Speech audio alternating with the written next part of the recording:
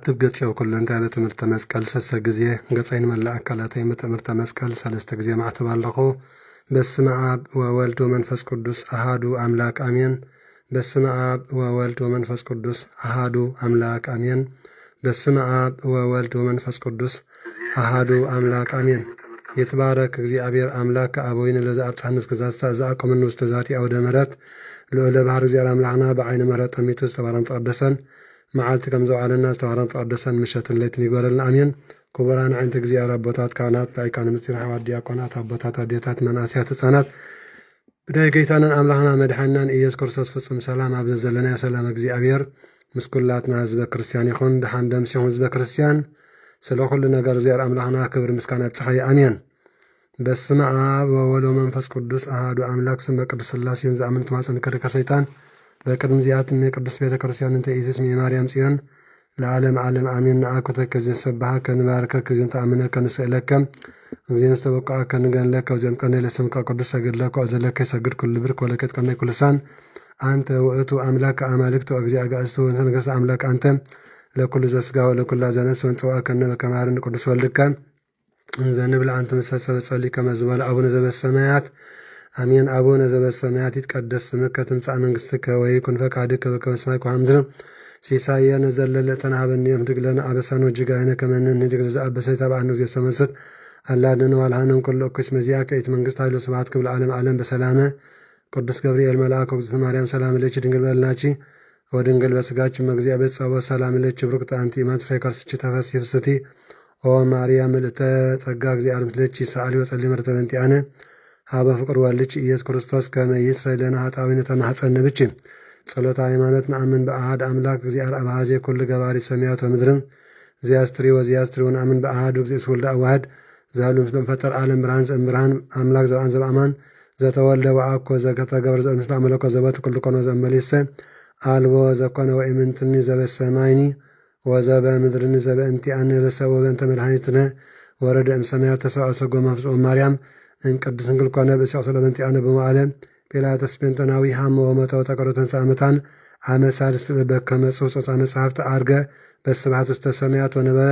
በየማነ አበው ዳግም ይመጽእ በስብሐት ይኰነን ሕያውን ታነ ወአልሙ ንጉሥ ወነምን በመንፈስ ቅዱስ እግዚእ ማኅሰር ጸማ ምስግለቱ ወንሰቦ ምስለ አወወል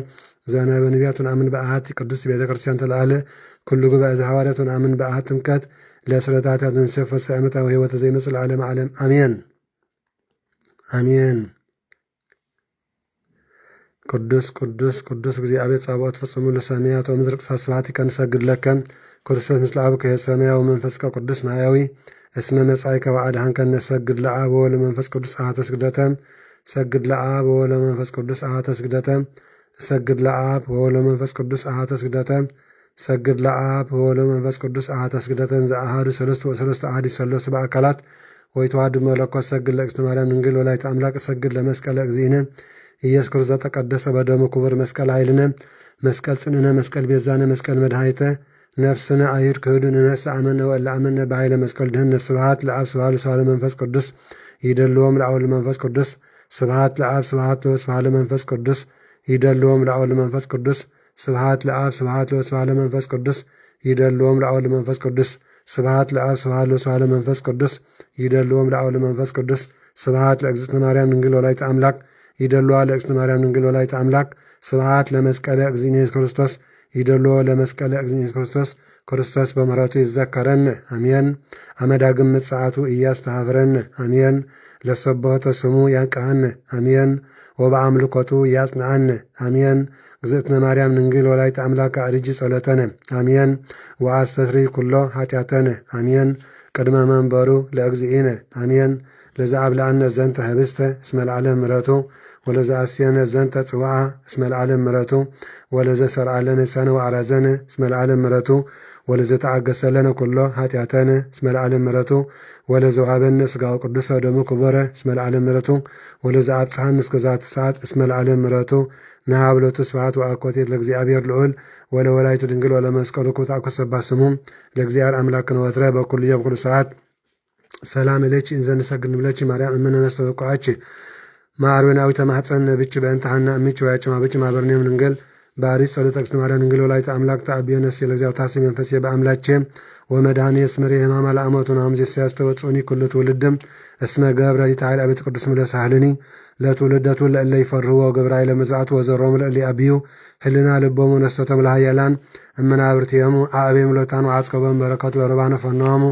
ራቆሙ ለበላኑ ተወከፎ ለእስራኤል ቁሬ ወተዘከረ ሳውሎ ዘይቤሎም ለአቡነ አብርሃም ወለዘርኡ እስከ ለዓለም ዓለም አሜን። ስብሐት ለአብ ወወልድ ወመንፈስ ቅዱስ ይእዜኒ ወዘልፈኒ ወለዓለም ዓለም ባርክን ቅድስን ወአንጽን እግዝእትየ ማርያም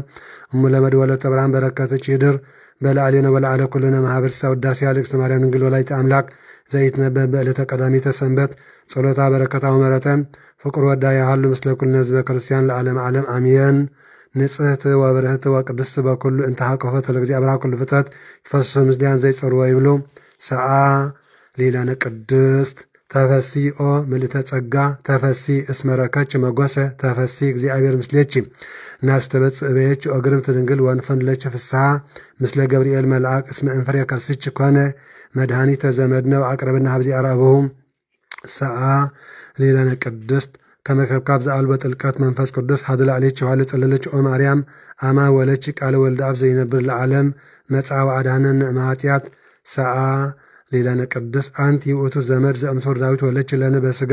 መድኃኒነ ኢየሱስ ክርስቶስ ዋህድ ቃል ዘምአዘን ቅድመ ዓለም ህልው ሀበር ሰው ነሳ እምኔች አርያ ገብር ሰአ ሌላነ ቅዱስ ኮንቺ ዳግሚተ ሰማይ ዲበ ምድር ወላይተ አምላክ ዘእምር ሰረቀለን እምኔች ፀሐይ ጽድቅ ወወለቸ በከመ ትንቢተ ነቢያት ዘእንበለ ዘርእ ወይምሱና ሰአ ሌላነ ቅድስት አንቲ ውእቱ ደብተራ እንተ ተሰሚየች ቅድስተ ቅዱሳን ወውስቴታ ታቦት በወርቅ ልውት እንኩሌ ወውስቴታ ጽላተ ኪዳን መሰበ ወርቅ እንተመና ህቡእ ዘውእቱ ወልደ እግዚአብሔር መጽአወ ኀደረ ሀበ ማርያም ድንግል ዘእምር ተሰብአ እምኔሃ ቃለ አብ ወወለተ ውስተ ዓለም ለንጉሥተ ስብሐት መጽአወ አዳነን ትፈሳ ገነት መግነባ ወልደ አብ ዘይነብር ለዓለም መጽአወ አዳነን እምኃጢአት ሰአ ሌላነ ቅድስት ተሰሚየች እመ ለክርስቶስ ንጉሥ ምድረ ወለች ቻውን በርች በድንግልና በመንክር ምስጢሮ ወለች ለአማኑኤል በእንተ ዘአቀበች በንሙስና ሰአ ሌላነ ቅድስት አንቲ ውእቱ ሰዋሱ ዘርኤ ያዕቆብ ዚአብ ለአልዩ እስመ ጸርቺ በከርስች ህቱም ዘኢታው ኩሌ ኮንችን ለነ ሰአሊተ ሀበ እግዚእነ ኢየሱስ ክርስቶስ ዘተሰብአ እምኔች በእንተ መድኃኒትነ ሰአ ሌላነ ቅድስት ናሁ ጊዜ ወፃ እምኔች ኦ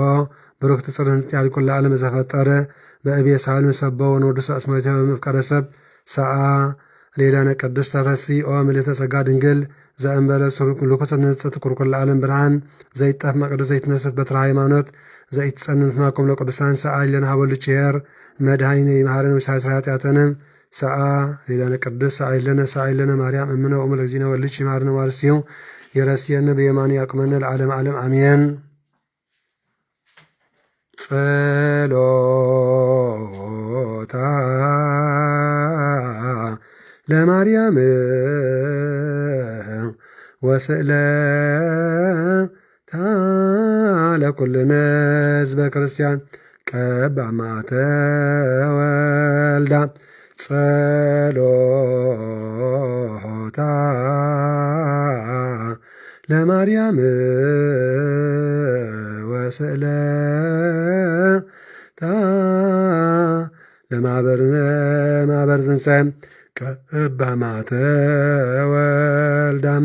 ጸሎታ ለማርያም ወስእለታ ለሀገሪትነ ምድረ አጋዚት ቀባማተ ወልዳም ጸሎታ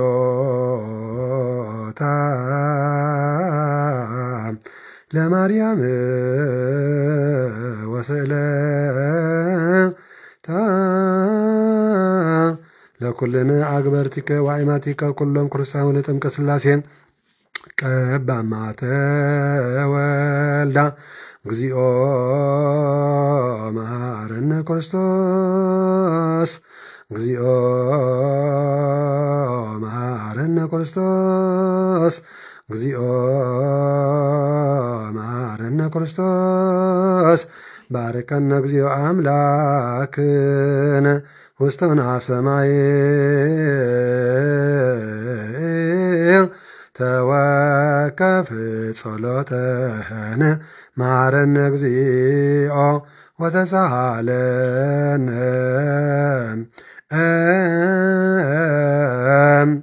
ማርያም ላኪ ማረን ሰላም ለሳነ ጋሳለም ስላሴ ምህረትን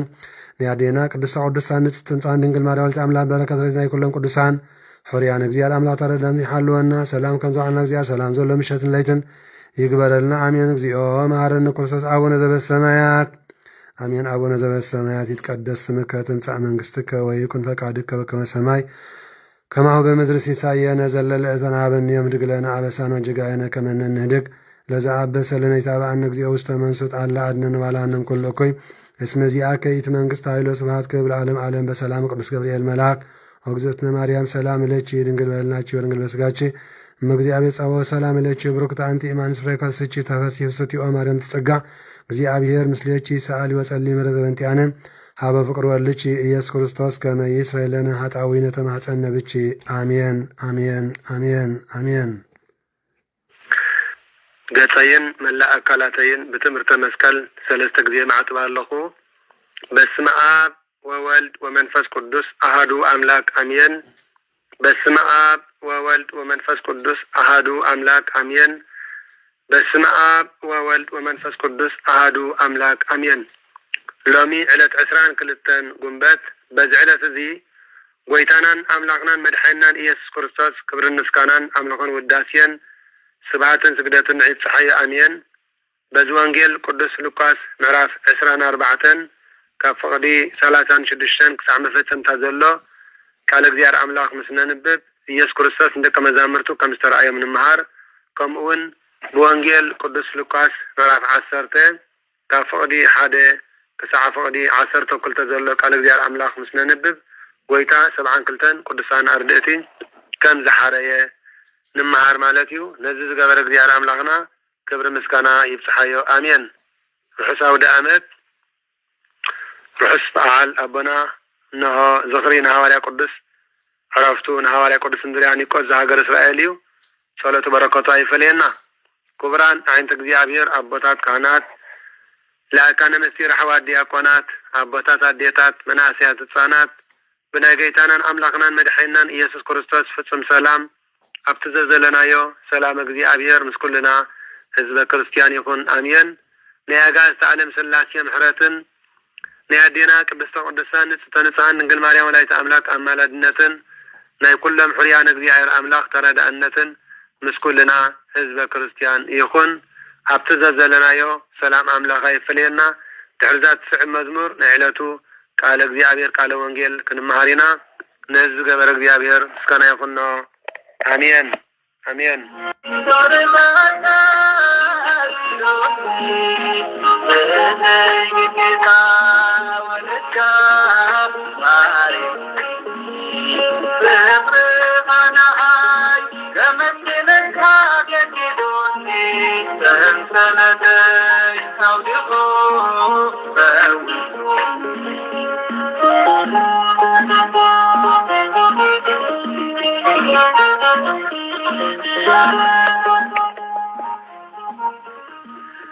አሜን። ስለቲ ቅዱስ ቃሉ እግዚአብሔር አምላክና ዝኸበረን ዝተመስገነን ይኹን።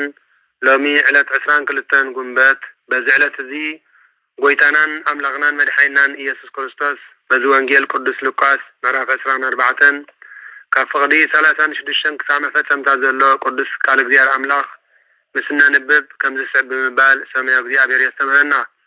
ኩልኩም ክቡራን ዓይንተ እግዚአብሔር አቦታት ካህናት ላእካነ ምስጢር ኣሕዋት ዲያቆናት አቦታት አዴታት መናእሰያት ህፃናት ኩልኩም ደቂ ዘሕሪትን ቅድስትን ኦርቶዶክስ ተዋህዶ ሃይማኖትን እግዚአብሔር ሰላም ይብፅሐኩም። ንኩሉ ህዝቢ ዓለም ካብ ምብራቅ ሳዕ ምዕራብ ካብ ሰሜን ክሳብ ደቡብ ሰላም እግዚአብሔር አምላክ አይፈለየና አይፈለኩም። እግዚአብሔር ንሕሙማትና ይምሓረልና፣ ንእስራትና ይፍትሓልና፣ ንዝዓረፉ አቦታትናን አዴታትናን ኣሕዋትና ሓትናን ኣቆቋ አብርሃም ይስሐቅ ያዕቆብ ኣብ መንግስተ ሰማያት የዋርሰልና። ንኩሎም ገያሾ ሰላማዊ መገሻ ይግበረሎም ይግበረልና። ፈሊጥና ብድፍረት ከይፈለጥና ብስሕተት ዝገበርናዮ ሓጢአት ንእስነትና አምላክና ኢየሱስ ክርስቶስ ይቅር ይበለልና።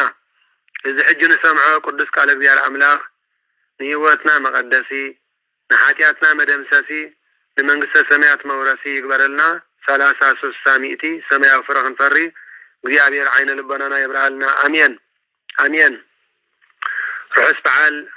ዓመታዊ በዓለ ዝኽሪ ዕረፍቱ ንሃዋርያ ቅዱስ እንድርያኒቆስ ይግበረልና አሜን። ወንጌል ቅዱስ ሉቃስ ምዕራፍ 24 ካብ ፍቅዲ 36 ጌታናን አምላኽናን መድኃኒናን ኢየሱስ ክርስቶስ ንደቀ መዛሙርቱ ከም ዝተራእዮም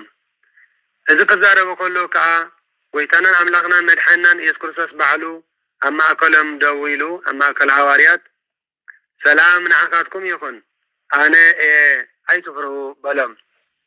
አሜን ኩሉ ግዜ እግዚአብሔር ሰላም ንዓኻትኩም ይኹን ኣይትፍርሁ ይበለና ሐዋርያት ድማ መንፈስ ቅዱስ ማለት ነሆ ኣብ መጀመርያ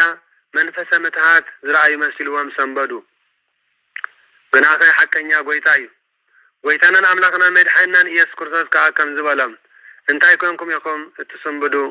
ከም ዝበለ ሐሳብከ ስለምንታይ ኣብ ልብኹም ይለዓል በሎም ማለት ኣነ ባዕለይ ምዃነይ ኣዳወይን ኣጋረይን ረአዩ ከምዚ ኣባይ እትርእይዎ ዘለኹም መንፈስ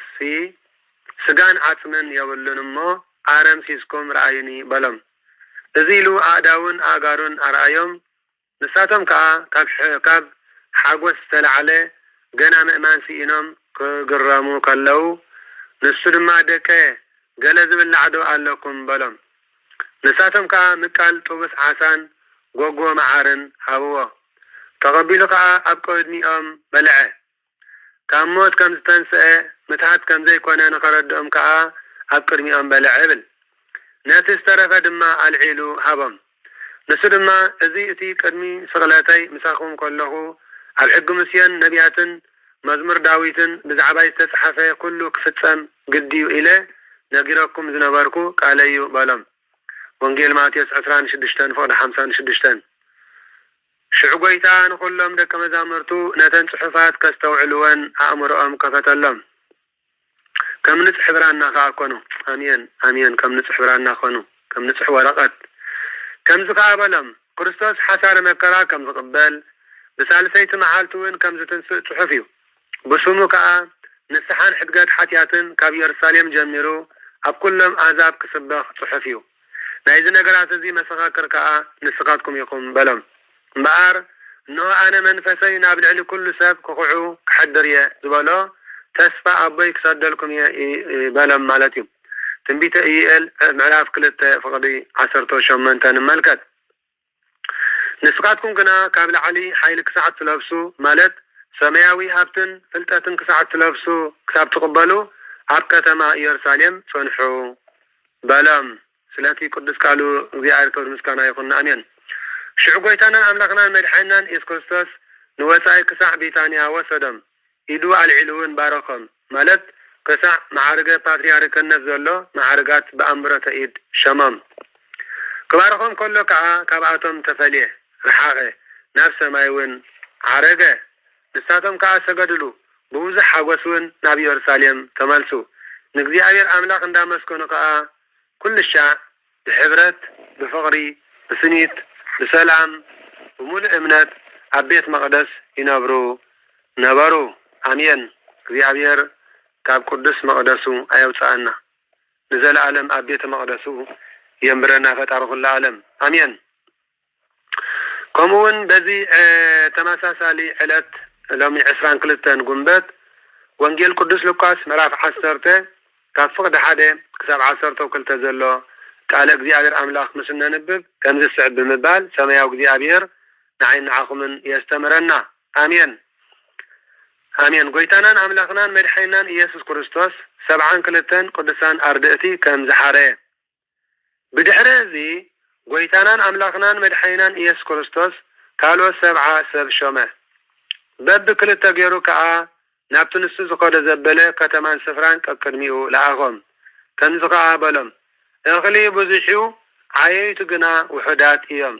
ስለዚ ንጎይታ እኽሊ ንእኽሉ ዓየይቲ ክልእኽ ለምንዎ በሎም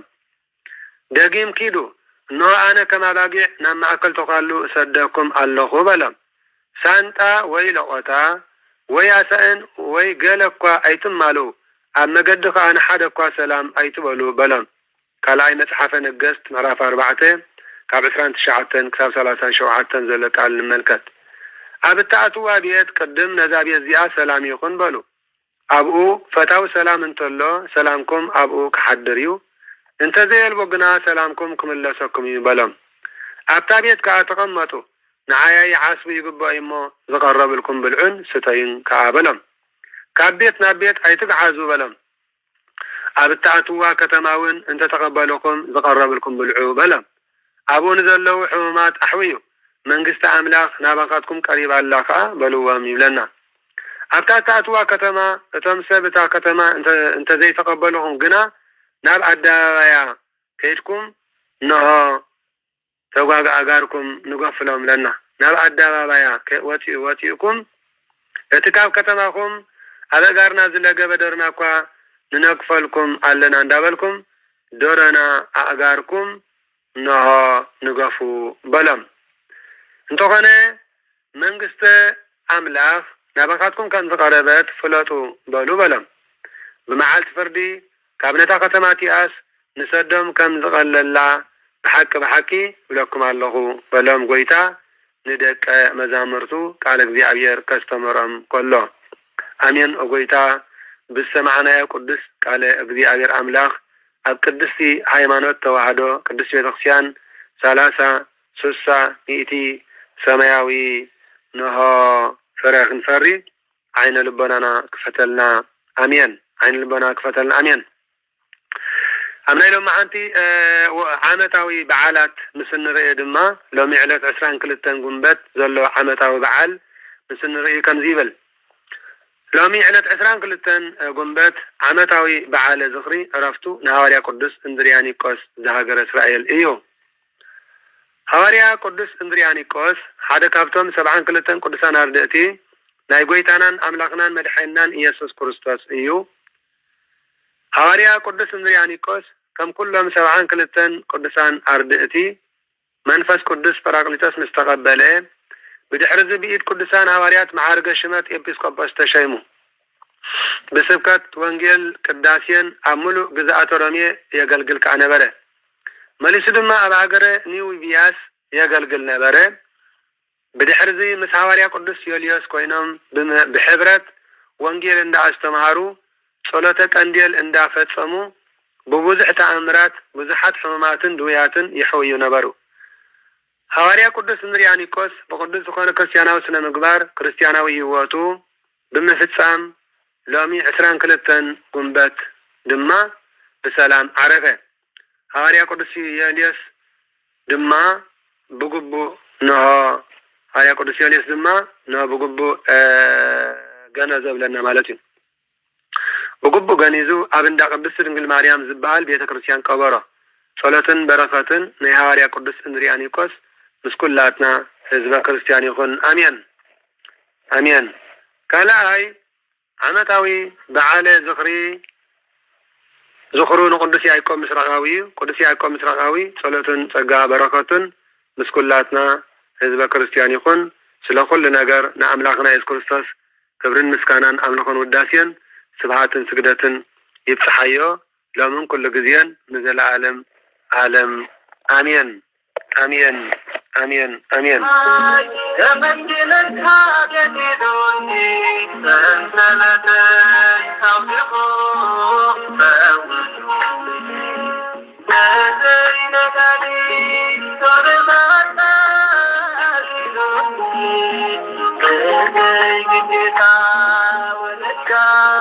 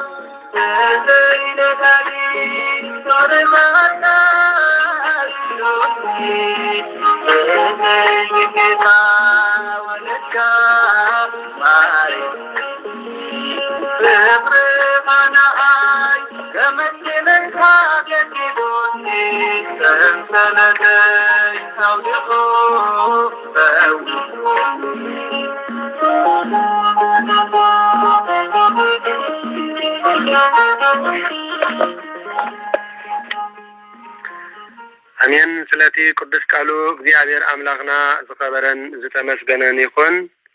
አሜን ባር ካብዚ ቀፂልና ሎሚ ዕለት 22 ጉንበት ወርሓዊ በዓል ናይ ኩሎም ቅዱሳን ዘሎ ከነቅርበልኩም ኢና ማለት እዩ ከምኡውን ካብ ሰማይ ዝወረደ ቃል ከነላልየኩም ዝብል ነው ካብ ሰማይ ዝወረደ ዝፋን ዝብል ቅዱስ ቃል እግዚአብሔር አምላክ ደማዓንቲ ከነላልየኩም ኢና ምክንያቱ ሎሚ ዕለት 22 ወርሓዊ በዓል ዝኽሪ በዓል ደቅስዮስ ስለዝኾነ ለዝገበረ እግዚአብሔር አምላክና ክብር ምስጋና ይብጽሐዮ አሜን ወርሓዊ በዓል ዝኽሪ ሰማዕትነቱ ንወንጌላዊ ቅዱስ ሉቃስ እዩ ለማዓንቲ ዕለት 22 ወንጌላዊ ቅዱስ ሉቃስ ሃገሩ ሶርያ ኮይኑ ሓደ ካብቶም 72 ቅዱሳን አርድእትን ካብቶም 4 ወንጌላውያንን እዩ ወንጌላዊ ቅዱስ ሉቃስ 24 ምዕራፋት ዘለዎ ወንጌል ጽሒፉ 28 ምዕራፋት ዘለዎ ግብረ ሐዋርያትን ጽሒፉ ስእሊ አድህኖ ናይ አዴና ቅድስተ ቅዱሳን ንጽሕተን ጻን ድንግል ማርያምን ምስ ፍቅር ወዳ ኣብ ቤተልሔም ቆላ ሲኢሉ ማለት እዩ ወንጌላዊ ቅዱስ ሉቃስ ኣብ መበል 84 ዕድሚኡ ብዕለት 22 ጥቅምት እዩ ብሰይፊ ሰማዕትነት ተቐቢሉ ጸሎትን ጸጋ በረኸቱን ናይ ወንጌላዊ ቅዱስ ሉቃስ ምስኩላትና ህዝበ ክርስቲያን ይኹን አሜን ከላኣይ ወርሓዊ በዓል ዝኽሪ ሊቀ መላእክቲ ቅዱስ ኡራኤል እዩ ሊቀ መላእክቲ ቅዱስ ኡራኤል ሓደ ካብቶም 7 ቅዱሳን ሊቃነ መላእክቲ ኮይኑ መልአከ ሰላም መልአከ ብርሃን መልአከ ሓጎስ እንዳተባሃለ ይግለጽ ዓመታዊ በዓል ዝኽሩ ሊቀ መላእክቲ ቅዱስ ኡራኤል 22 ጥርን 22 ሓምለን እዩ ጸሎቱን ትምልናው አስተበቆቱ ምስኩላትና ህዝበ ክርስቲያን ይኹን ናይ ሊቀ መላእክቲ ቅዱስ ኡራኤል አሜን ኡራኤል ማለት ኡራ ጮራ ማለት እዩ ኤልካ እግዚአብሔር ማለት እዩ ስለዚ ብርሃነ እግዚአብሔር ማለት እዩ ጮራ ናይ እግዚአብሔር መብራህት ናይ እግዚአብሔር ማለት እዩ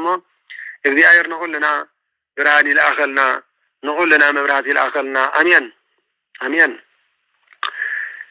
ሳልሳይ ወርሓዊ በዓል ዝኽሪ ዕረፍቱ ንኣቦና ቅዱስ እንጦንዮስ ኣቦ ኩሎም መነኮሳት ዝሃገረ ግብፂ እዩ ኣቦና ቅዱስ እንጦንዮስ ዓመታዊ በዓል ዝኽሪ ዕረፍቶም ድማ 22 ጥሪ እዩ ናይ ኣቦና ቅዱስ እንጦንዮስ ኣቦ ኩሎም መነኮሳት ጸሎቶምን ጸጋ በረኸት ረድኤቶምን ምስኩላትና ህዝበ ክርስቲያን ይኹን አሜን ነዚ ዝገበረ እግዚአብሔር አምላክና ክብሪ ምስጋና ይጽሐዮ አሜን ባርሎም ማዓንቲ ዕለት 22 ጉንበት ካብ ሰማይ ምስ ዝወረደ ወንበሪና ከነላልየኩም ነዚ ዝገበረ እግዚአብሔር ክብሪ ምስጋና ይብጽሐዮ አሜን መዝሙር ዳዊት 117 መዝሙር ዳዊት 117 የማነ እግዚአብሔር ገብረት ኃይለ የማነ እግዚአብሔር አልዓለተኒ የማነ እግዚአብሔር ገብረት ኃይለ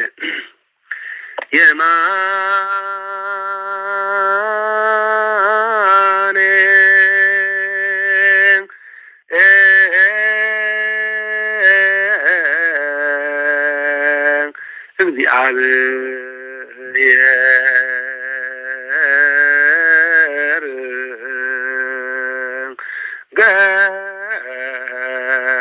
ገብረት ኃይለ የማነ እግዚአብሔር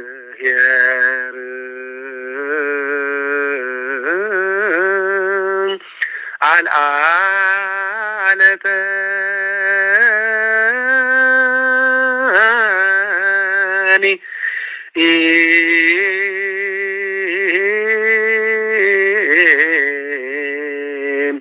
የማነ እግዚአብሔር ገብረት ኃይለ የማነ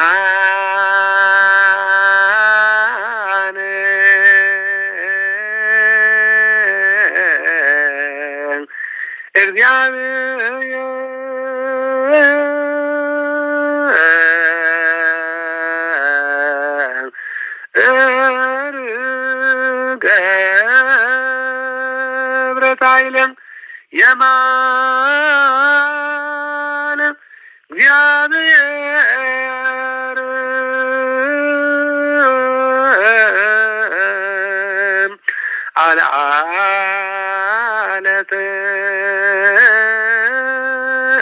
አልዓለተኒ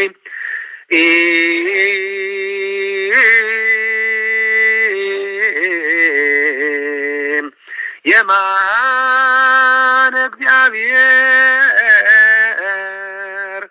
ገብረት ኃይለም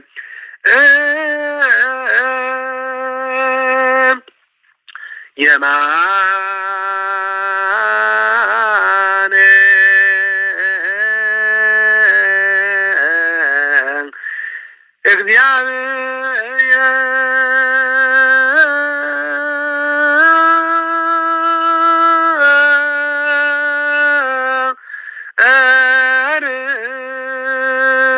ገብረት ኃይለም የማነ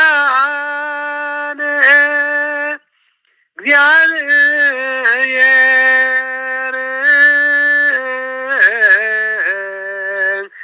አልዓለተኒ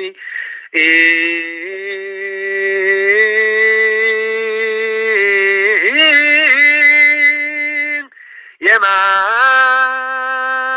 የማነ እግዚአብሔር ገብረት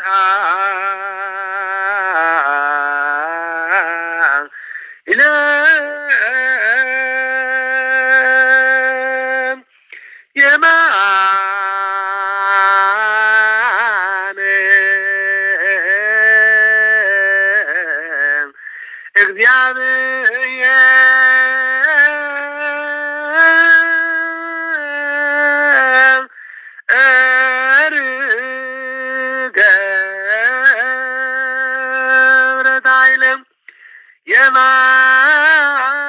የማነ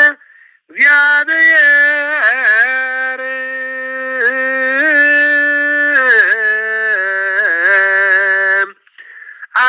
አልዓለተኒ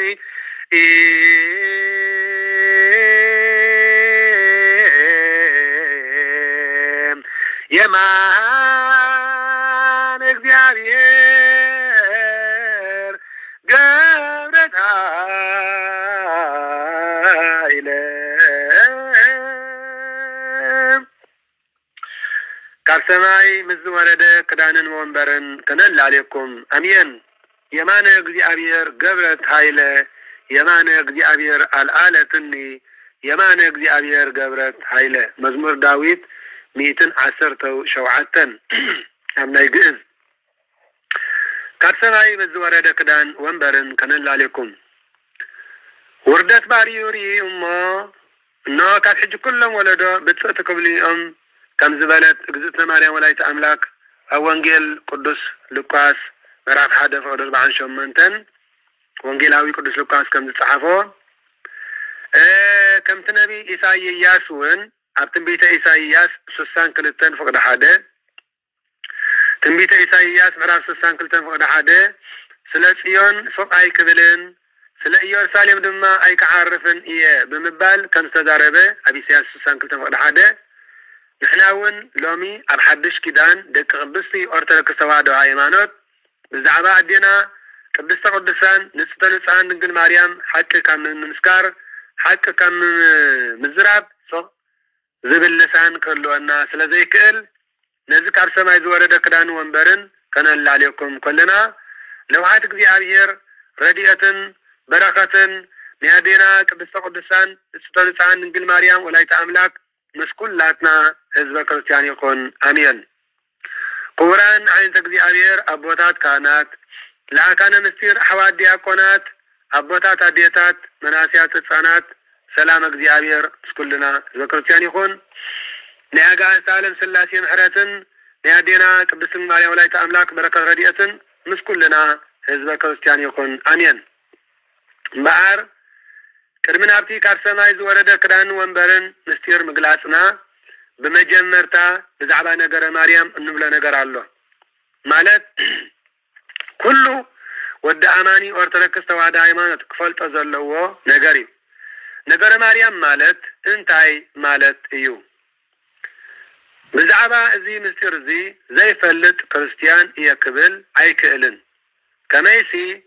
ቤት ብዘይ መሰረት ነገረ ማርያም ድማ ብዘይ ድሕነት ከም ዘይከውን እዚ ነዴና ቅድስት ማርያም ወላዲተ አምላክ ካብ ልብና ነፍቅራ እንተኮይና ከዓ በዛዕባ አፍልጦ ክህልወና ይግባእ። ስለዚ ካብ ዝደቀቀ ክታብ ዝዓበየ አፍልጦ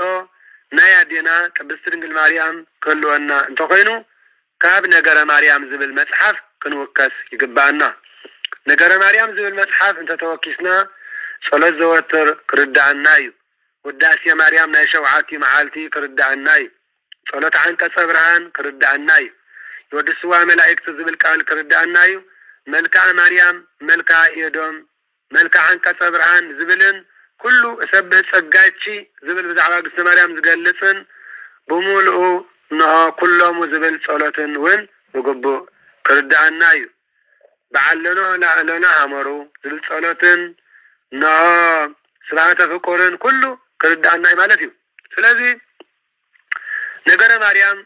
ብዙሕ ምስጢር ዝሓዘ መጽሓፍ ኮይኑ ካብ ነገረ ማርያም ሓደ ክፋል ዝኾነ ከዓ መጽሓፈ ተአምረ ማርያም ክኾን ከሎ ብዛዕባ እቲ ካብ ሰማይ ዝወረደ ክዳንን ወንበርን ስፍሕ ብዝበለ እዩ ዘዘንትወልና። ንምዃኑ ተአምረ ማርያም ክንብል ከለና እንታይ ማለት እዩ? መን ከጽሒፍዎ? ክብሪ ናይ ተአምረ ማርያም ክንደየና እዩ ዝብል ሕቶ ቅድሚ ኩሉ ክምለስ ዘለዎ ጉዳይ እዩ። ተአምረ ማርያም ዝጽሓፎ አባ ደቅስዮስ ኤጲስቆጶስ ዝሃገረ ሮሜ ክኸውን ከሎ ብዙሓን ቅዱሳን አቦታትና ውን ንግዝእትነ ማርያም አመስጊኖማ እዮም። ንኣብነት ከም በዓል ቅዱስ ኤፍሬም ሶርያዊ አቦና ብውዳሴ ማርያም፣ አባ ሕርያቆስ ዝሃገረ ቢሂንሳ ኮከበ ቢሂንሳ ቅዳሴ ማርያም፣ አባ ጊዮርጊስ ዘጋስጫ ብሰዓታት ዘለሊት ዘመዓልትን መጽሐፈ አርጋኖንን ይወድስዋ መላእክትን፣ በዓል ቅዱስ ያሬድ ብደጉዓ በዜማ በአንቀጸ ብርሃን ነው አመስጊኖማ እዮም። በዓል አቦና ናኦድ በመልክዓ ኤዶም፣ በዓል አቦና ጽጌ በማህሌተ ጽጌ ብዙሓት ካልኦት ቅዱሳን አቦታቱን ንግዝእትነ ማርያም ወላዲተ አምላክ ወዲሶማን አመስጊኖማን እዮም። ክብራ ልዑል እዩ። አመስግንካ ደይትጽገብ አደስ ለዝኮነት ብዛዕባ አዴና ቅድስት ማርያም ክብራን ልዕልናን ዝገለጹ ቅዱሳን አቦታትና ክብራን ንምግላጽ ቃላት ብዘይ ምርካቦም ውን እንታይ ኢሎም ነይሮም እዮም? በመኑ ወበአምሳለ መኑ ናስተማስለች ሐቂ በመኑ ኦ ድንግል በመኑ ወበአምሳለ መኑ ናስተማስለች ብምንታይ ክንምስለኪ ብምባል መግለጺ ክብራ ክኸውን ዝኽእል ቃላት ሲኢኖም እዮም ንግዝእትነ ማርያም። ስለዚ ካብቶም ብዙሓን ቅዱሳን አቦታትና ሊቃውንቲ ብዛዕባ ቅድስት ማርያም ክብራ ዝመስከረ ሓደ አቦና ቅዱስ ደቅስዮስ ኤጲስቆጶስ ዝሃገረ ሮሜ እዩ።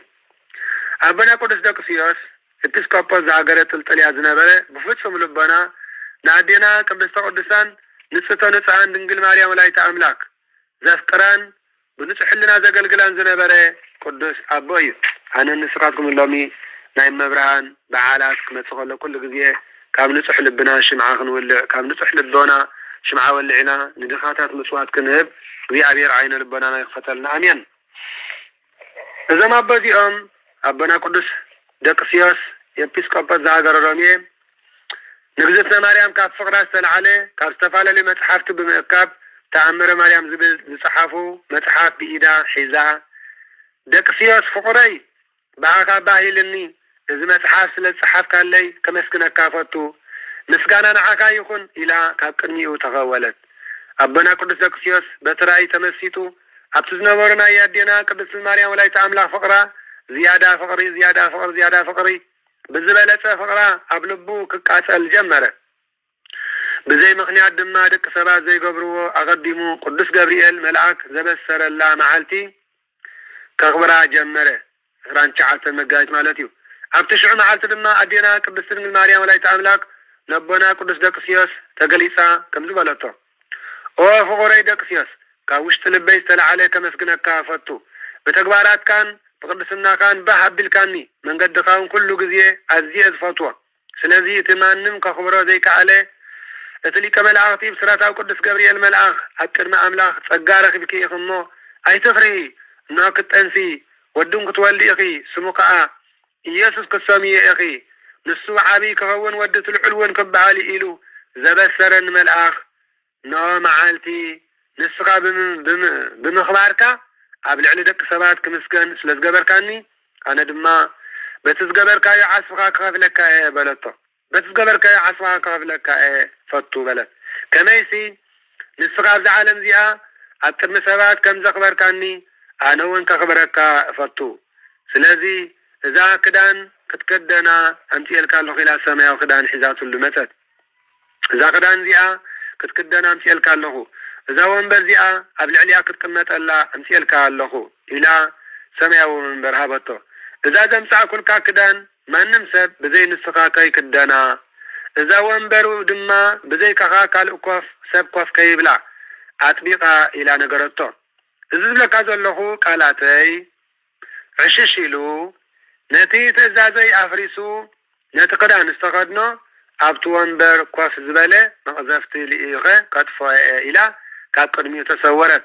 إذا مريم رحرحتها لنا قدست قدسان نستلصهان حزانيت دنقاتيت لوعاكوا انت خونت جن كاب فقري قويتا كنواتسو ايت دلينانيا كاب فقري املاك كنواتسو اين دلينانيا كاب تئزاز املاك كنواتسو اين دلينانيا نسمنا فقان حبرت يبلان مالتيو سلازي تاتانكا بلتو يخون بر ابز عالم زنبر سب سلازي يلبو ابونا قدس دكسيوس كابز عالم زي بموت عريفهم استفاليه فتاكدان وانبرن امن صحبتا ابيتا كرسيان كم زقمتا تجبره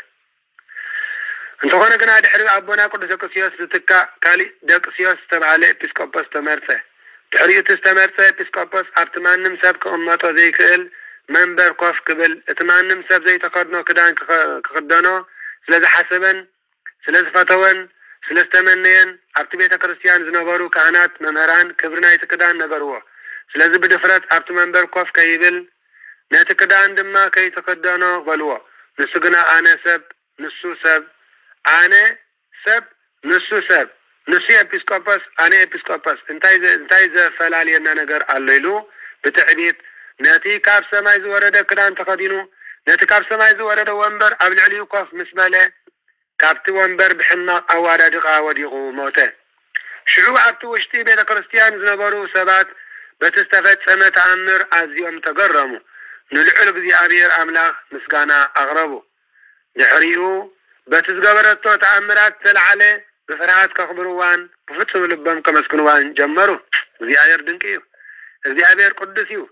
ذي أبير تعمرنياي تقزتنا مرياوين كبري مسقانا يقبعي رهرتها لنا الحكي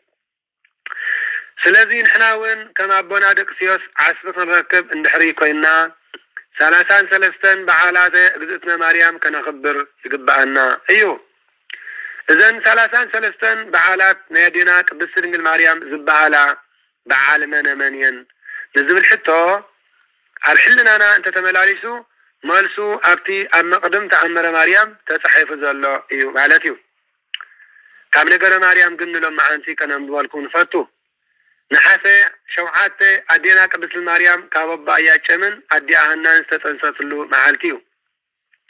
نحاسة 16 نادينا قدس المريم سقاز فلسلو كخون كله كاب 16 كتاب 21 معالتغا لك كم نايتن سأودا بعالة سأجركا يخبر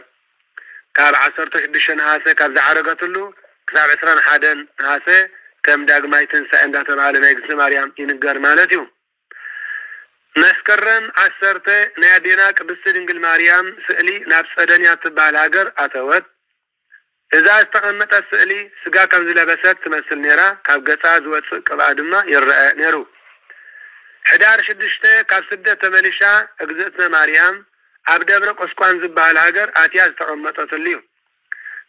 ካብ እስራኤል ግና ብ26 መስከረም ተሰዲዳ ብ26 መስከረም ተሰዲዳ ብ21 ጉንበት ናብ ግብጽ ኣትያ 3 ዓመትን 6 ወርሕን ጸኒሓ ድማ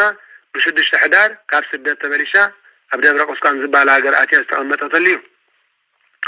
حدار 21 ናይ ኣቦና ካህን ዘከርያስ ቀንዴል ከበርህ ዝረኣያ ዕለት እዩ ታሕሳስ 3 ናብ ቤት መቅደስ ዝኣተወትሉ ዕለት ኮን ከሎ ታሕሳስ 22 ድማ ኣቦና ቅዱስ ደቅስዮስ ኤጲስቆጶስ ንመጀመርያ ናይ ኣዴና ቅድስት ድንግል ማርያም በዓል ዘኽበረላ መዓልቲ እያ ኣብታ መዓልቲ እቲኣ ብሰብ ዘይተሰርሐ ሰማያዊ ክዳን ብሰብ ዘይተሰርሐ ወንበር ዝተዋሃበትላ ዝሃበቶ ربنا القدس دقسيوس معالتي ايو تحساس 28 معالتي مدحينا يسوع كريستوس تولد الله معالتي اللي تلدت معالتي علت 21 طري معالت نفسها كارسقا تفليا زعرفت الله علتي اجزتنا مريم يكاتيت 16 معالتي سمان زصوعه زخران زغبره كاب زخون يكون مكران فتنان كتدحنون كتمالدون كمتقل مدحينا يسوع كريستوس قال كيدان زاتولا علاتيو مغابيت 19 مدحينا يسوع كريستوس زتتنسلا علاتيا غنبت حاده معالتي ادينا قدس مريم كاب غوبو ليبانوس زبال غوبو اب غوبو ليبانوس زبال غوبو استولدت لا علاتيا غنبت 11 كتاب 26 معالتي اب دبر مطمع زبال ناتغلصت تأمر تغبرن دراغون زبال طاوت استسبابرلان علت هي ابزور حزي غنبت 24 ناب قص زعتوتلو بزور حزي غنبت 25 معالتي مدحينا يسوع كريستوس زدرق انچيتي زلململو معالتي سنه شمنت معالتي حمان فوس زكون كاب كوحي ماي زوصاتلو معالتي زوصالو غيتا معالتي نمذكرتا ناي سدتا ندينا اسماريان بهاجر قصي سنة 21 حواريات استقابلو مدحينا يسوع كريستوس بيت مقدس كسرح جمرلو دبر سينا مريم قداسي بيتان ستبيتان داتبال زنقر الات 21 سنن زي جميرو زبارخلون زقدسلون معالتي سلازي كان مسكرم كساب حاملة زولو ورحي مالت 21 معالتي نيادينا قدست مريم بعال كان خبر تعزيز النايف سلازي تن 33 معالتي مستن اول حوار حز خبرها معالتا تقصيرا 33 معالتي يبهالا مالتي اذن 33 معالتي زيان كم كرامل سنبتن كنقبرن كاب عامت كساب عامت كسع زي العالم زخون يكون سرح كنسرح ايتا فقدان يبل ابزن 33 بعالات مريم ابزو على اللو معالتن سنبتن كيقوانتنا تأمرات كنسمعن كننببن يقبعنا بفلاي سنبت عبيت كرسيان ماتيو تأمر مريم زي سمع سب انتاي وقزات علو نزبل حتو كنملس كلنا ابزن 33 بعالات مريم زخون حاتيات انت زي كالكيلو بزي تسقم بتا معالتتيا سمعي الزخيل انتو خوينو سقون دومن يقبل يبل سقون دومن كقبل انت زي كعالي تأمرا سمعو نابيتو يقيد سقون دومن كان تقبله كونا اللي يبلنا نحن تدعى انبر نقول لقديقنا اي قرب مالت ايكونن مسمعتا متوعتا متنكغتا مردعتا نشعو على أنبر نشعو معالت أنبري نقول له قزيه أي قرب مالت كان زي كونه كردع يقبع مالتيو نتعلت يأجن أمين يكون الليلو زخون عن قفاس لزرخبه كاب قدس قربان قراب زترفه ونقر سلزرخبه سامعو نقضي مالسيبل أنا يكون يخسمع أبقصر خوين يخسمع خيل أنا يكون يخسمع أوش تمي خسيان آتي خول زخون يكون نحلنا من الزنبال وين يقف عن كاس زربا كقوان فوق النجار يخيل لازم سامعين مناسل ولا بار أرزا ستقصت معالتي بزي مخنيات تأمرا زي سامع كريستيان دما كان حمومي قصر يبلا الله كان حمومي قصر تأمرا مريم كي سامع زو على كريستيان بعلا تسامة كريستيان كم حمومي قصر يبلا أبيت أبوتاتنا قدسان بعلى أبا ميكائيل بعبا أبا جبريل بستوعب قدسان بسلطانه قدس بيتروس وباولوس بزي فتح وقدت توجه زي يكون إلى أمه ወጊዞም ኣኽቢሮሞ ኣለዉ ብለና ኣንቢሮሞ ኣለዉ ስለዚ ንሕና እዚ ውግዘት እዚ ኣብ ልዕሊና ከይፍፀም ኣዝና ክንጥንቀቕ ይግባአና ናይ ኣዴና ቅድስት ድንግል ማርያም በዓላታ ዘኽበረ ኣብዚ መፅሓፍ ተፃሓፈ ዝፍፅም ግና ክሳዕ ዘለዓለም ስሙ ዝተባረኸ ይኹን ብምባል ቃል ኣመሓላሊፎምና ኣለዉ ቅዱሳን ኣቦታትና ስለዚ ንሕና እውን ነዚ ተረዲእና ኣብ ግብሪ ከነውዕሎ ይግባእ ስለዚ ክብሪ በዓላተ ማርያም መዓስ እዚ ጥራይ ኮይኑ ካብ ዕለታት ሓደ መዓልቲ መድሓኒና ኢየሱስ ክርስቶስ ንኣዲኡ ንድንግል ማርያም በኣይ ምኽንያት ካብ ዝረኸበ ሓዘናት ኣየናይ ሓዘን ይበልፅ በላ ኣዴና ቅድስተ ቅዱሳን ንጽሕቶን ፀሓን ድንግል ማርያም ድማ ፈጣሪየይን ጎይታየይን ኢየሱስ ክርስቶስ በኣይ ወገን እዘን ሓሙሽተ ሓዘናት ይበልፃ በለቶ ካብተን ሓሙሽተ ሓደ ኣይሁድ ብቕንዓት ከም ዝቐትሉኻ ኣብ ውሽጢ ቤተ መቅደስ ኮለና ኣብ ስምዖን ኣረጋዊ ትንቢት ምስ ተዛረበ ዝተሰማዓኒ ሓዘን ሓደ ካልኣይ ሰለስተ መዓልቲ ኣብቲ መቅደስ ደልዮም ምስ ሰኣኑኻ ዝተሰማዓኒ ሓዘን ወዲ 12 ዓመት ኮለኻ ማለት እዩ ወዲ 12 ዓመት ኮለኻ ሰለስተ መዓልቲ ደለናካ ኣብ ቤተ መቅደስ ምስ ኣይሁዳውያን ጸሓስ ፈሪሳውያን ካህናት ትመላለስ ነበርካ ማለት እዩ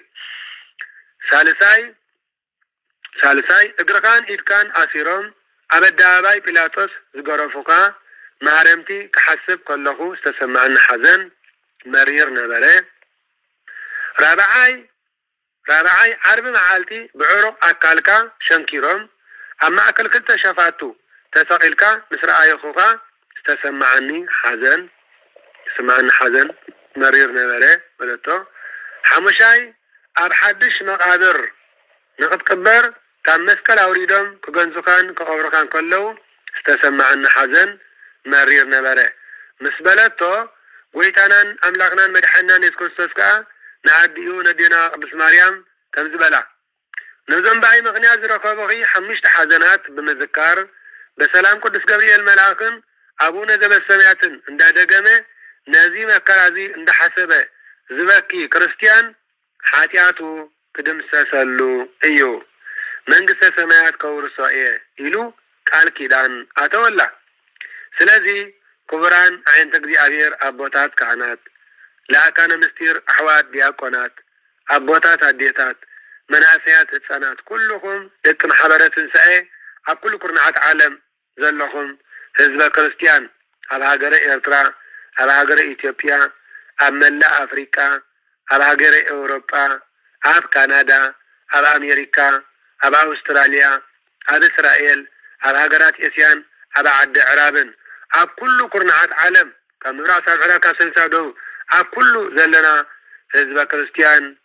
ነዚ ቃል ኪዳን እዚ ከየምልጠና ኩሉ ግዜ ተኣምረ ማርያም ክንሰምዕን ከነኽብርን ይግባእ ከመይሲ ኣቦና ቅዱስ ደቅስዮስ ኤጲስቆጶስ ዘሃገረ ሮሜ በዓል ኣዴና ቅድስት ማርያም ወላዲተ ኣምላክ ስለ ዘኽበረ ብናይ ወዲ ሰብ ሕልና ዘይብፃሕ ብናይ ወዲ ሰብ ልቦና ዘይተዓልመ ዘይተሓስበ ብኢድ ደቂ ሰብ ዘይተሰርሐ ሰማያዊ ክዳን ሰማያዊ ወንበር ክወሃቦ ክኢሉ እዩ ንሕና እውን ከምዚ ዝኣመሰለ በረኸት ከየምልጠና ኣዝና ክንጥንቀቕ ይግባአና እዩ ህዝበ ክርስቲያን እዚ እናበልና ሎሚ ኣብዚ ካእኽለና እዩ ኣብዚ ንዛዝም እምበር ናይ ኣዴና ቅድስት ማርያም ቃል ተናጊርካ ዝውዳእ ኣይኮነን ናይ ኣዴና ቅድስት ማርያም ቅድስና ተናጊርካ ዝውዳእ ኣይኮነን ናይ ኣዴና ቅድስት ማርያም ወላዲተ ኣምላክ በረኸት ተናጊርካ በፍጹም ዝውዳእ ኣይኮነን ኣማላድነት ኣዴና ቅድስት ማርያም ምስ ኩልና ህዝበ ክርስቲያን ይኹን ብዘይ ኣማላድነት ኣዴና ቅድስት ማርያም ዓለም ክድሕን ኣይትኽእልንያ ጎይታና ኢየሱስ ክርስቶስ ወላዲቱ ፈጠረ ድንግል ማርያም ፈጣሪኣ ወለደት እግዝእትነ ማርያም ወላዲተ ኣምላክ ጥራሕ ንጌታና ኢየሱስ ክርስቶስ ወደ ኢላ ትፅውዖ ጎይታናን ኣምላኽናን መድሓኒናን ኢየሱስ ክርስቶስ ድማ ንኣዴና ቅድስት ማርያም ወላዲተ ኣምላክ ጥራሕ ኣደ ኢሉ ይፅዋዓ ስለዚ እዚ ስለ ዝገበረ እግዚአብሔር ኣምላኽና ክብርን ምስጋናን ኣምልኾን ውዳሴን ስብሃትን ስግደትን ንዑ ይብፅሓዮ ሎሚ ኩሉ ግዜን ንዘለዓለም ዓለም ኣሜን ስለ ሰማዓናን ስለ ዝርዳእናን ስለ ዝገበረልናን ስለ ዝሓለወናን ስለ ዝባረኸናን ስለ ዘንፀሓናን እግዚአብሔር ምስጋና يبصحيو لمن كل جديان نزل عالم أمين እግዚአብሔር ሕማማትና ይምሐረልና أسرات ناي سجان ناي نفسن يفتحلنا حمات ناي سجان ناي نفسن يمحرلنا እግዚአብሔር زعرفوا أبوتاتنا ناديتاتنا أبعوف أبراهام صعي يعقوب أمنك سسناتي وارسلنا نقولهم ببحرن بمدرن بأير نزقاشو قياشو سمايا ومقشا يقبرلنا نسد رابيتنا يأخاق بأننا مدينة عالم فليتنا بدفرات كيف لتنا ومسحتات سقبرنا حاتيات سنتنا أملاقنا يسكوسا شغبيبا لنا زنات أبن زقودلن بآفة قوان ملاقتي عرملنا እግዚአብሔር نعين دوخمن حاتيات رنيان ولادكمن حاوكمن دياكون زامانيل أبت قبرو تصولت واترو ذاكرني حاتياتي كحد قال لي እግዚአብሔር أمالادنتكم أيفليني كلهم كبران أبوتات كبران أديتات كلهم بحفشة حزب كريستيان أبصولتكم ذكرني حدرا እግዚኦ مارن كريستوس أمين سلاتي قدس قالوا سمير زيار أملاخنا زخبر استمسكنا يكون اللعل زي جمرنا جمز فتنا الأبار زيار أملاخنا يبصحيا كبر مسكنا سلا كل نجار مسكنا بصحيا زيار أملاخنا أمين بس مع أب ولا منفس قدس هذا أملاك سمك قدس الله ينزع متحسن كهدا كسيت أن أنزيات من قدس بيت كريستيان أنت تسمي مريم سين العالم عالم أمين متحفة صلاة ملكا إيدم بسم أبن ولدن منفس قدسن حد أملاك لنا ملكا إيدم مثل نجمر أو مريم الدراش نقول مشتن مسكانا زخر اسم كسلام سلام نبيل أتي أب أما أكل إيدم التنبري حاتياتا أقل قال يغا كواكب السماء يكو أنت بزح نسخ أدك هاني غمو نسحها بني أودنقل مريم نتنبيل تازمل لتسعبازم غر اسم كسلام سلام إبل أو نايت أبنيا سلام رقبي سخوانك كاب كل محاب قبل صدقي يعبي إموت ميتن كي قتلن أغلط ببهجمن أماريام نتمثالي دم ودخين زخونا متعامو زقرم زخر سمك سلام إبير أتكا مجمرتا مسارته وزخون كأتن عخي ملكعينيان بيزا عالم كتكون زفات رقزي أير يبارغ سموني مسكن أودنقل مريم نحاتياتنيا بتفاتن حنا مفداي زي فلت لبخيا وهمو أنتي لمدخين يغريتا زخونا يقرب لنا نسخد ما نخل حازن تفلتي الخمو نزعب لبنا زول حازن سنتاي كن نجرك أو مريم كاب نبيات كنا تصاركن كما حذف قريب الليل أو مريم نعخمة تقعين غير أما قبري حاتي السلز كنا سناي قبر زي بالليل كي تنحسي كالتيف كرد إني أودنقل مريم أبزخدكو من قدن أبزحدكو بيتن ليتن معاتن محلاوي أي تحدقي أو النفسات تمقب قرنتميات صلاتن سلازة رسع بخدان بمقبن دخلنا تنايتر إني أودنقل مريم نابزخدكو كيلي أبزنبركو نبارس تزاربكو السمر يمانا إدكين أب لعليس أمبرين صارون تصارر مكرم كون كعافت يمكزرزري أو مريم نعقرب نخل رسحتي دما ما نسحت سبن أكلاتنا بحادث مسلاسي بارقين كمزي كما يزبل حتياتنيا بتصلات كما استوعى قبر أو مريم نسأل كانوا بتصدقهم حلوي أو مريم صلاتين أنت تقبلي كابل علوي السماء نعي بركة الرعاية خدمة كل الشعب نسأجي حافتنا يزم درزي حلافي إما صدقنا عاي كتبني قبائي أو مريم كبر أدم صان كي نعي أو دنقل مريم نيونا قاكل الرسو نعي أتتبه نياس كامل سناتي زفكرك عشاقنا كاوش تلبن حلون إنيو زتسأل آكي ما أتي مساحة سمقارن السيو زاد حنم أو مريم مستمتقاتا قلقلت نعي أو مريم حبست قربان التفريقرات نعي عالمسي نزف قراتات فا أثناء بحمزات أليفان وبزحة قتلت عالم زفالت مستوعى للمن كون يخون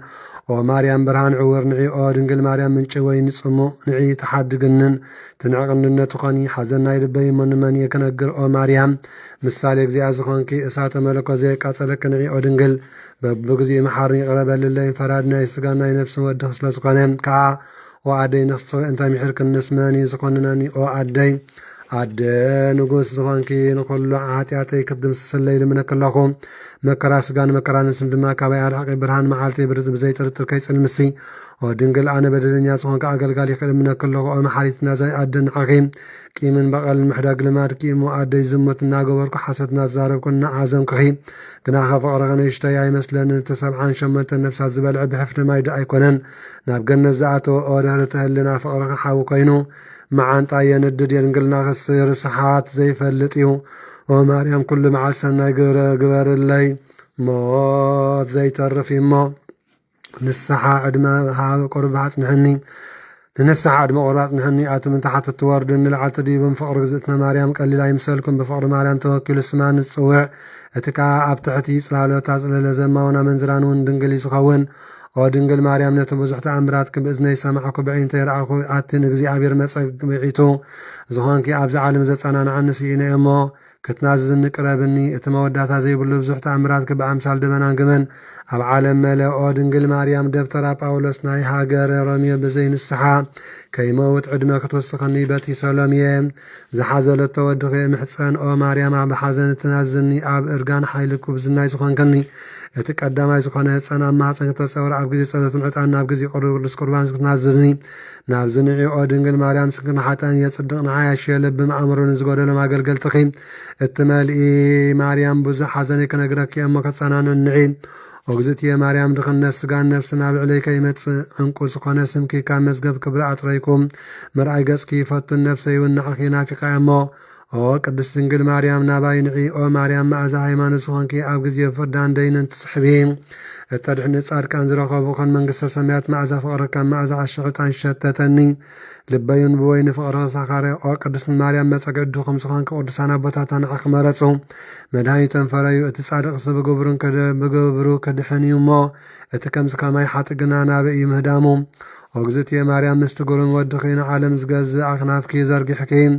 نعي او قدس مريم كدانكي اب لبي تصحيفه عمتات بزي فرن انت حالف اشحات كسعز فرس عدمد اوسخني وغزت يا مريم نصلا ودهن كمداتن ابيرن بمنقطقات مبرق ملكوت سنتقو قدس مريم كابصل اسناب قدام دامر حني اتعشاس كابوش تلبي صلعك يموتي زفرح ملعك كمت بقرار يحنقو مريم إتساب زي صرحة دكوانتا صحف إزراء برق هزراء يا قدسكين سلام ابلن فقراك عقب زي عرفتك نقرسي اتكبرا كابدك استهكيت بمنقحات اكاتسلني ودنقل اتدلاي منقسة سماسيم انتا تقادلين من قتلات عدمة والهواتي قريب مسلماتون بصيحو إمعو نوع أنا بدالي سخانكو أقل قالي كنتصص بما ينسها حتيان صناغي حتياتي دمسسي كان صحافتي زمسكروا نتكن ملكع زي زمسل ملكع كسلام ابل ودنقل قرن قبعتنا يساميل اتوم زفقرغي بركاتي قبلو تمصلو هغنا قلتي فميطفو او مريم نعب مرعاتو مسكانا عخيخون ودنقل مريم والولايت مسكانا عخين ودنقل مريم منفس قدس دراشو مسكانا عخيخون وركن برون حلافي امو كاب كل هفت عالم نعخي فتو او مريم ادين عينا قلقان زامان يلن نقول لهم دك محمد ساين بيتسبين كان مكرس كان مكر نفسن نزل عالم كتحلونا دما نلمناكي وغزتي مريم ولايت املاك معالتاوي حلوك ايفلني كغعز كلهم سايت غعزي اب كل زحضروا لمحدريخي ابوي يكون كزارب كلهم سايت زاربي كابزو فركم سايو فريم أبزو فركم مسايو فري من قد يقنع الله بخفو نزقا من صلاة ديابلس حساب لبتينكين حلون أسوري لسان أسريناتين يقلقل حزن لبي بحقوس لوطي في الساعة بسيركين حالواي حيا حي لي أمين أوغزت يا مريم استفال لي مكرم فتن قبل علي نمورا استدالوت كل الأعلات بردية متيك كابع الحقية برشلايت بليان صغيركي أيت الملكتي أبزقهم كل بوتا قيمكي كابنوا مهاجت عنك حني كبع منفس قدس كبأني ملكوت شونت نغري أنا قرب كل تفتا قبرني أودنقل مريم بركة ودك قبل علي عزنبين تسعررني نزقا ومني حيل أدكمي قبل علي نزم بصلاعين ديابلس كنفو بناي ودخم ملكوت وحيل الصبري آمين وقدس مريم ناي كلاتنا حبن حلاويتنا إقمو كام محالتي وراري كابليت سبار أدحنني ناي هوت مساقر دللا إقمو كاب أسقق أقمت أدحني ودنقل مريم تأمراته وحيل مقبار زكا عليكني عالم نقستن السقع إقمو كتفاع النزهن تسألعنا مني تفاعت في دربية تقاطعتي لحيل كتكعن بزدل سألا كالتي في كماتيخي عقسيو آمين وغزت يا مريم ناتينا حتى أقل يكلمنا تقبل كيسان كالكليل كي ودغ دقفني تقل محرت ودغي عبل علي حدرين كان مصحفي وتودغين لسمي صحافي عبئيت سألعي كي ودغ حلون أمين وغزت يا مريم بقدسنا غي بنصنا غي النفسين سقان قدسي بحيل كابز الداف وتنقلنياتات سألعيتينا بزي قزي كابز متصدنقتا وما تصورنا أمين وغزت يا مريم ناي كل عالم حبني قمون سقاي كان سمع زمك خواعيم سقا ودليات أدحنني نلبي زربشنا إز زمن زمعبل حيل صلت كي تصات قبل اللي بدم كان السكر لسان عمس أن ياسب صورنا أمين ودنجل قبل علي حما ورا كاب زوري كاب كله كف نجار بخف راديس ميكال قرس ميكال جبريلن كليل كسورني مسكول سبعة فطور فقري حد نتعبني كيماتكو كلهم مجد نسحامر حني كاب زكركو كاب زوحالكو بسلام سنينا بيتي ملسني كاب زعلم نسأل عن نزق أو مني كاب كف منفسنا إلكي دربيو نودك حتياتي قرخ للي لمن اللي آمين أوغزت يا مريم كبرغن زناخن كتك الزارب سقدمانيو مغنياتو እግዚአብሔር መሪጽ ስለዝኮነ ኦ ድንግል ማርያም መላእክት የመስኩነከ ችርቤ ስራፊል የመስኩነከ ሰማይን ምድርን ዝፈጠረ ማሕደር መለኮት ኮንኪ ኢኹማ ምስጋና ይግባእኪ ኦ እግዝእትየ ማርያም ካብ ኩሉ ፍጥረታት ኣዝዩ ዝኸበርኪ ኢኺ ብሰማይ ብምድሪ ኣብ ትሕቲ እግዚአብሔር ከማኸ ዝኸመረ የለን እሞ ንኸብረኸ ልዕል ነብለኪ ኦ ድንግል ማርያም ማሕደር መለኮት መዓልቲ ብለይቲ ንዓኺ ዘይዝክረሉ እዋን የለን ኦ ማሕደረ መለኮት ዝተመስገና ይክብረኸ ነገር مزراب سقل كما يزبل لسانيو أو برهان صراحة أريام سلا قدسنا كسمع سقل كما يزبل أذنيو أو جزئت يا مريم لا كل عالم زبين خبرخن لكن بكما يزبل مسكانا كمسكني قل انت قانا جن مسكانا كي زنا العلنا كي تزاريب كأي ودان سلا زقنا دمان كم قدس جبريل ملأ سلامتا بجزي عير موجس ركيب كي يخمو أو قدس مريم سجان كبرس ملاغي داسي بالكيم نابلنا نمسكناكي أوغزت يا دنجل مريم ولايت أملاك كبرغن زناكن عابي كم زكم معان متن بسبب قدسان ملاغ تفاتخي بسلاسي كوست قنات صفكي خما بتنقلن بخفاءة المنكنيات نتصار نسب لبها بيو ولايت أملاك نقها كتسكالوه نجزيار نعاكن أوغزت يا مريم بسلتكن غمسكن زناع منفس حلنا حاضر الليل فتاو سراحن فتاو حاون قبرن سراحكو بارك الله عيلة مقبين عامت لبسي هابني حتياتي حساب اللي كاب شقر سببا سورني أوغزئتي مريم ولايت أملاك دنقل مريم صولت إيدي بزرقا حكو قزيه من تاي متسلعاي قدسانا أداوكي نصحات أصابعتكي ناود زرقح اللي زخابة چنكتاي مكراين شقرين مقلال أبتقاي تغرقبكي أرقاقي إني مغنيات أنا بناتي دكامن سناي قبل طرفازت أنا حيل سلازي باللي أوغزت يا دنجل مريم بخبر قال كدانكي نعي حتياتنيا كما كاسغان كما كرن سورني كافور ودق يسوع كريستوس يوريتان مرتن لمن اللين زل عالم عالم امين أوغزت يا مريم ام ابراهيم ولايت املا بز عالم زي حقني عاركي وغن كم زي بالله تفلت يخين عدي تسفاي ام بمصقعي مدحانيتي كبراتي نصغي غزت يا مريم يخين ما صقان سلامتان رديئتن ابل علي كما أزنمي أوغزت يا مريم كما يكرمت أزنم الله بفلتات كنا بزي فلتات كاب سرعك وحلف حتياتن كاب نولا دايما بدال كاب نوغن مكفع بخبر قال كيدانكي حتسابني نسخ قبر نساري بك أمن بزي كل الجزين نسخ لسان كنني أو قدس سنجل مريم ناي أبراهام نقدوت ناي إسحاق معزا ناي يعقوب مسال الكل عالم ناي مدربدا كوينني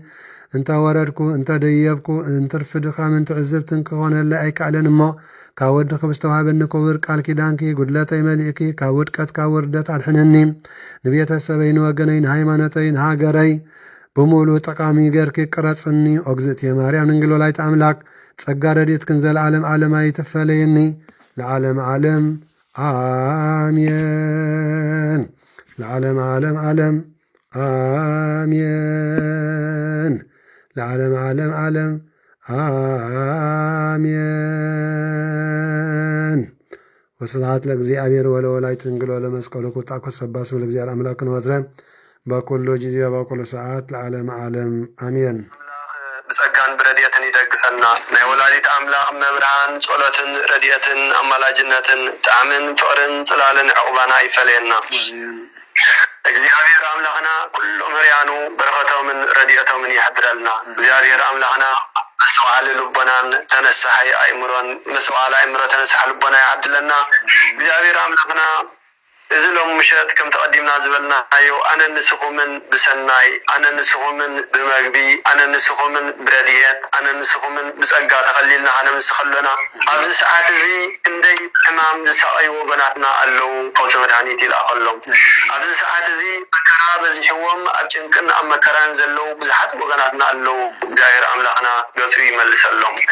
ኣብዚ ሰዓት እዚ ኣብ ሃይጉራትና ዘሎ ክብደትን ሽግርን መከራን ኩናትን ወረኩናትን ክንደይ ሰብ ዝበልዕ ዘሎ ብዙሕ ሽግር ኣሎ እግዚአብሔር አምላክና ንሆነታ አስራት ንወላዲቱ ዝሃባ ስፍራ ቁልሕን ይጠምተልና እግዚአብሔር አምላኽና እንሆ ነቲ ዘሎ ሽግርን መከራን ዘዝሕል ናይ ምሕረት ጠለ ዝናም የዝንበልና ኣብዚ እዋን እዚ ብጥምያት ዝሰቃዩ ዘለዉ ወገናትና ኣብዚ እዋን እዚ ብዕርቃን ቆሪሮም ዘለዉ ወገናትና ኣብዚ እዋን እዚ መፅለል ሲኢኖም ዘለዉ ወገናትና እግዚአብሔር ብዓይኒ ምሕረት ይጠምተልና እግዚአብሔር አምላኽና ንዓለም ሙሉእ አሸጊሩ ዘሎ ሕማም ንዓለም ሙሉእ ዝሸግረና ዘሎ ሽግርን መከራን እውን እግዚአብሔር ይቀንጥጠልና እግዚአብሔር አምላኽና زواسو سلامن كسفرن يوردلنا دحمم يفوسلنا زمتو جنة منجس سمايات ينورلنا زاهر أملاحنا كل دلتاتنا يسمرلنا نفس قبرو ولد السي تقاز آب مداني أقزي قبر يسوس حرقويني ولد تيوت قبر آب كلهم كرسساويان እግዚአብሔር አምላኽና ስሙን ጸዋዕና ያምን ዘይጸዋዕና ያምን በሐባሪ መሐረልና ገነት መንግስተ ሰማያት አሮፋ አብርሃም ይስሐቅ ያዕቆብ የንብረልና ሕሙማነ ስጋን ሕሙማነ ነፍስን ይፈውሰልና ተባረኸን ተቀደሰን ለይቲ ይግበረልና ወላዲተ አምላኽ መብርሃን ካብ ስደታ በረኸት ትሕብረልና ኣብ ኩሉ ንፈረማት ይሰውረና አቡነ ዘበሰማያት ንበል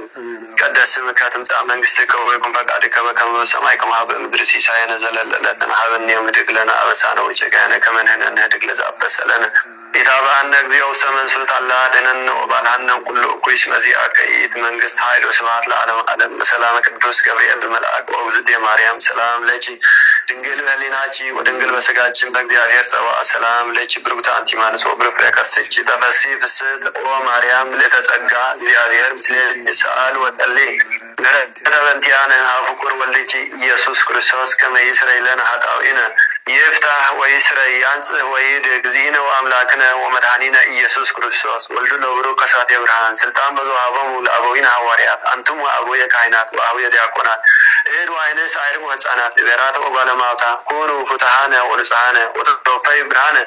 بافولا من فاس قدوس እግዚአብሔር ይረሲየኒ ይረሲክሙ ድልዋነ ለመንግስተ ሰማያት እግዚአብሔር ይጣማ ይስራቲያት እግዚኦ መሐረነ ክርስቶስ ንበል 10 ተኩልተ ጊዜ እግዚኦ መሐረነ ክርስቶስ እግዚኦ መሐረነ ክርስቶስ እግዚኦ መሐረነ ክርስቶስ እግዚኦ መሐረነ ክርስቶስ እግዚኦ መሐረነ ክርስቶስ እግዚኦ መሐረነ ክርስቶስ እግዚኦ መሐረነ ክርስቶስ እግዚኦ መሐረነ ክርስቶስ እግዚኦ መሐረነ ክርስቶስ እግዚኦ መሐረነ ክርስቶስ እግዚኦ መሐረነ ክርስቶስ እግዚኦ መሐረነ ክርስቶስ زعلفي محرنا زمزي حلونا المنجس أملاك دلوقتي يورنا كودو ما بنتجزتنا مريم محرنا كريستوس نبل 10 وكل تجزية بنتجزتنا مريم محرنا كريستوس بنتجزتنا مريم محرنا كريستوس بنتجزتنا مريم محرنا كريستوس بنتجزتنا مريم محرنا كريستوس بنتجزتنا مريم محرنا كريستوس بنتجزتنا مريم محرنا كريستوس بنتجزتنا مريم محرنا كريستوس بنتجزتنا مريم محرنا كريستوس بنتجزتنا مريم محرنا كريستوس بنتجزتنا مريم محرنا كريستوس بنتجزتنا مريم محرنا كريستوس بنتجزتنا مريم محرنا كريستوس بنتجزتنا مريم محرنا كريستوس وغزي واملاچه ومداني يسوع كريستوس سري حياتي وحياته كله حزبك كونوا فتحانا ونصحانا وتوفي برهانا بافولا من فاس قدوس እግዚአብሔር ይፍታም ማይስራት ይፍቲ አባ ይፍቲ በረከተ ቅዱስ ጴጥሮስ ጳውሎስ ይድርበል አይለከ እግዚአብሔር ልዑል ይባርክ እግዚአብሔር ልዑል ይቀድስ እግዚአብሔር ይባርኩም ገጽ ይብራልኩም ኃጢአትኩም ይደገልኩም እግዚአብሔር ይፍታም ማይስራት አሜን ተመስገን ፈጣሪ ሁሉ ዓለም ሰላም አለ አይሉ ሰላም ዘፈጸመና ክብር ምስጋና ፀሐይን ፈጣሪ ሁሉ ዓለም آمين آمين كبرياء سلام رفبنا تمسكن فتاري آمين بالو برخ ليتي قبرلنا እግዚአብሔር አምላክ ዳይር መስኩልና ይሁን آمين آمين سلام سلام حراي كبران عند እግዚአብሔር አባታት ካህናት ላይካነ ምስጢር ሐዋርያት ዲያቆናት አባታት አዴታት መናሳት ህፃናት ሰላም እግዚአብሔር አምላክ ምስኩላትና ህዝበ ክርስቲያን ይሁን ደሓን ደምሲኹም ከመይልኩም ዒልኩም ደቂ ማሕበር ትንሳኤ دعان دوعيلكم كمالكم أمسيكم مدهاني عالم يسوع كريستوس هلا عيلو زجمرنا هاجمر خازفت سمنا كبري مسكانة بصحية طعم لا يتحضرنا ناي صباحنا جو سباتي بلنا غزي أبير ناي صباحنا جو سباتي بلنا زي استمهرنا يو تأمر نيادينا قدس قدسان نسأتو نصعن دنجل مريم ولاية أملاك كاب سماي زوارد وانبرن كاب سماي زوارد لبسن نبنا قدس دقسي الزهابتو نعنا دمان ننسحالو عين أمره يعدلنا እግዚአብሔር አምላክና ሰማዕና ቃል እግዚአብሔር አምላክ ኣብ ልብና ይሕድረልና ሰላም ኩኑ ደሓን ሕደሩ ህዝበ ክርስቲያን ኣብ ጸሎትኩም ዘክሩና ሰላም ኩኑ ደሓን ሕደሩ ህዝበ ክርስቲያን ኣብ ጸሎትኩም ዘክሩና ሰላም ለይቲ ደሓን ሕደሩ ሰላም ለይቲ ሰላም ሰላም ሰላም ሰላም ሰላም ሰላም ሰላም ሰላም ሰላም ሰላም ሰላም ሰላም ሰላም ሰላም ሰላም ሰላም ሰላም